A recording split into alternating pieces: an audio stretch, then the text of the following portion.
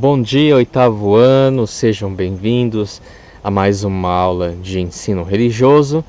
Hoje nós vamos para a página 46 dar a continuidade ao tema das nossas últimas aulas, que na verdade, na última aula nós vemos a necessidade, a importância de valorizar o bem comum, o respeito entre as religiões, o que as religiões em comum, mesmo entre as suas diferenças, podem fazer para acabar com os problemas de brigas religiosas, né? Hoje nós vamos ver mais um pouco agora sobre sociedade, Estado e religião. Sociedade é todo o povo que vive junto, né? Temos uma sociedade brasileira, por exemplo, que são o povo que o povo que vive no Brasil. Mas entre o povo existe aí várias, essa é uma sociedade comum, mas numa mesma sociedade pode haver outros tipos de sociedade. Temos então o povo Brasil enquanto nação, uma sociedade brasileira, mas dentro temos outra sociedade, que é a sociedade familiar, por exemplo, que são os núcleos, famílias que se compõem de sociedade. Temos sociedades econômicas, sociedade da educação, da escola. Então tudo que é social, né, que tem relação com o outro, é sociedade. O Estado, aí é a política constituída, né, o Estado político. Temos o Estado brasileiro, temos o presidente, temos ministros, senadores, deputados, esses que estão no governo, tá? Tem esse tipo de Estado, mas qual que é o nosso tipo de Estado? É o Estado, o que hoje rege o Brasil? É o Estado democrático, né? A democracia. Democracia é o governo do povo, onde o povo elege os seus representantes. E as religiões, né? Nós, claro, bem sabemos que é todo tipo de manifestação de fé, de religiosidade que possa ter em um Estado, um país também. Então, para viver em sociedade, é preciso ter relações amigáveis com as pessoas, independentemente de opiniões políticas, religião, etnia, situação econômica. Bem sabemos que o que mais acontece de brigas é por causa dessas questões, política, religião, situação econômica. E é normal ter diferenças, é normal ter divergências, mas elas fazem parte. Não é porque tem diferença que a gente nem vai nem conversar com a pessoa, não é isso. Imaginem, na nossa turma, com certeza, tantas opiniões diferentes sobre esses temas. Mas, é claro que nós não vamos deixar de conversar, de nos unirmos nas necessidades por conta disso. Então, para ter uma vida social saudável, eu tenho que respeitar estas opiniões. Ao viver em grupo, as pessoas devem buscar pontos em comum, interagir pacificamente e formar uma comunidade.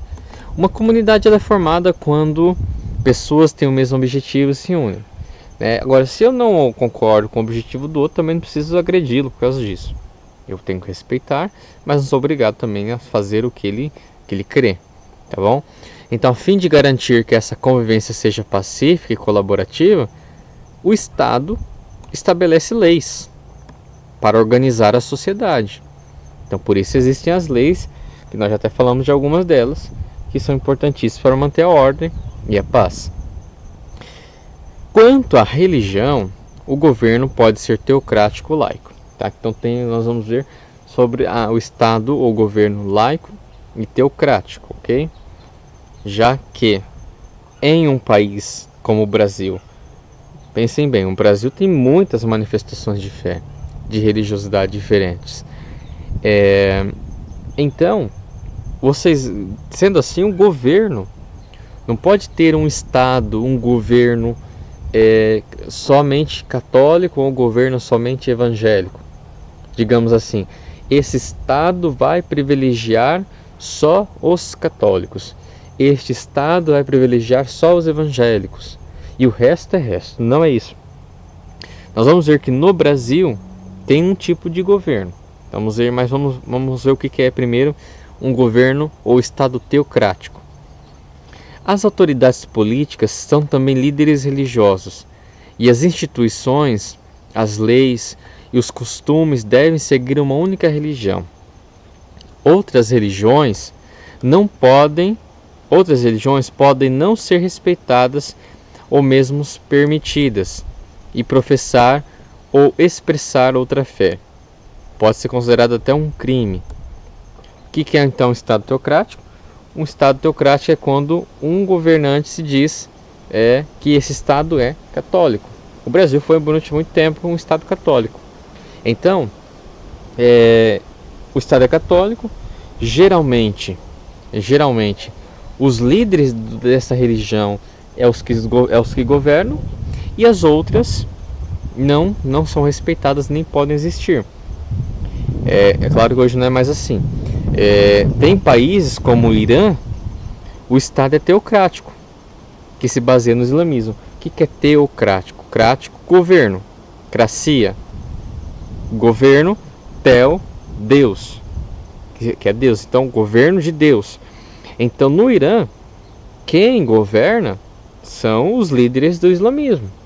Não é o povo que escolhe, é os líderes do islamismo. Então, no Brasil, se nós tivéssemos um Estado cristão, assim, no sentido de governante cristão, o que ia acontecer? Pastores ou padres seriam os chefes, né? Os chefes, e outro tipo de fé não poderia ter, como por exemplo a Umbanda e o Candomblé, não poderia existir se o Brasil fosse teocrático. Então aqui tem a diferença. Então o Estado teocrático, quando tem o líder religioso é o governante, e dessa religião que o líder pertence, todas as pessoas também terão que ser, tá bom? O Estado laico é o caso do Brasil. O governo se mantém neutro às relações, às crenças de cada um e às suas diferentes visões de mundo, inclusive as religiosas. Então o Estado laico é aquele que o povo elege o seu governante. Aqui não é proibido, nesse caso, não é proibido que o governante tenha uma vida religiosa ou creia em uma religião, desde que ele não misture as coisas, entendeu? Desde que ele não misture as coisas e não privilegie apenas uma religiosidade.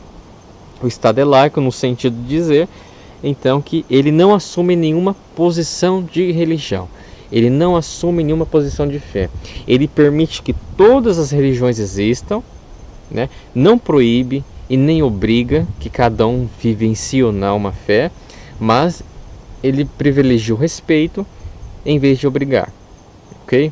Então o Estado laico é conhecido como também secular. Esse tipo de governo não submete os cidadãos a regras de uma religião e garante a liberdade de crença, como a total e igual participação de todos, tá bom? Assim, leis e instituições de países laicos devem respeitar todas as manifestações religiosas, tratando os cidadãos com igualdade. Então, o Estado laico não significa que é proibido ter uma religião. É ao contrário. Todos são livres para escolher qual religião quer seguir e são livres para vivê-la ou não. Tá bom?